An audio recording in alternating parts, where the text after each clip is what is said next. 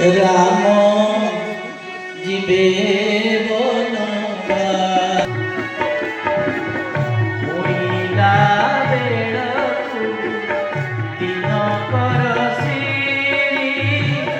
राहु की बास मोइला बेळकु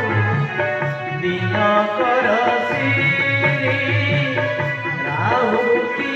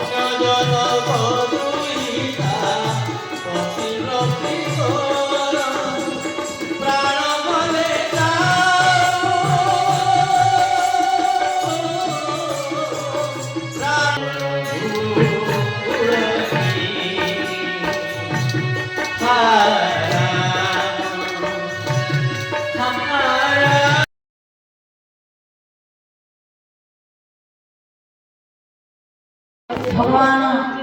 कसाई अवसर धनुर्बाण धरी आसी तो आज कौटी जाऊँगी ना तापस वेश गोस्वामी कहले दी भाई जाक केमती जाऊँगी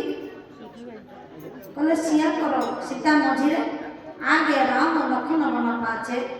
तापस वेश विराजता काछे उभय बीच सिय सोहती कैसे ब्रह्म जीव बीच माया कैसे ब्रह्मा और जीव मझीरे माया जमी सीता माँ से अच्छा लक्ष्मण लाल राम को संपूर्ण देखी पारना राम आगे लक्ष्मण लाल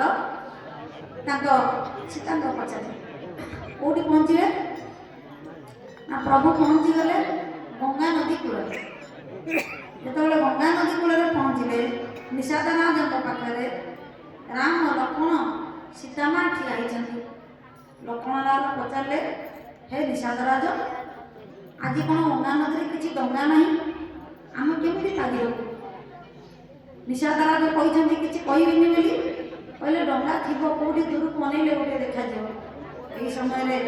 प्रभु मर्यादा पुरुषोत्तम राघवेन्द्र सरकार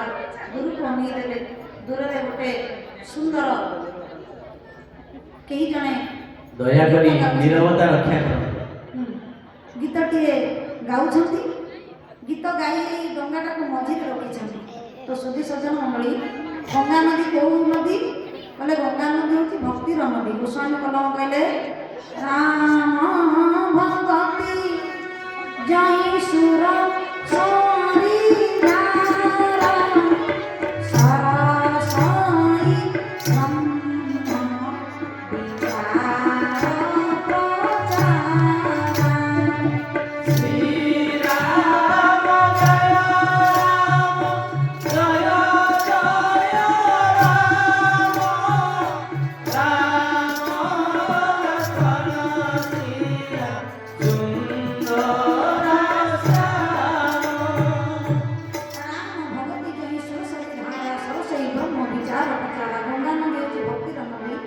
गंगा नदी दीटा घाट अच्छे